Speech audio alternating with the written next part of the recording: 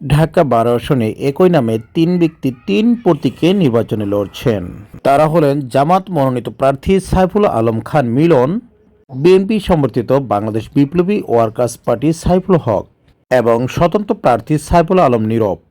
সকলেই কারণবাজার এলাকায় নির্বাচনী বুথ তৈরি করে নির্বাচনী প্রচারণা চালাচ্ছেন।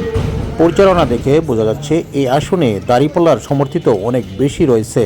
গতকাল একই সময়ে জামাতের নির্বাচনী বুথে ব্যস্ত দেখা গেলেও পাশে থাকা অপর দুজন প্রার্থীর বুথ নীরব ভূমিকা পালন করতে দেখা গেছে।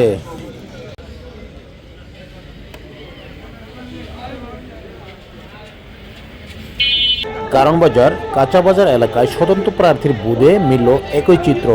ভাই, স্বতন্ত্র প্রার্থীর নেতাকর্মীরা কোথায় গেছে? জাকির ভাই তারপর রহিম ভাইয়ের তো এনেই খারাপ হয়েছিল।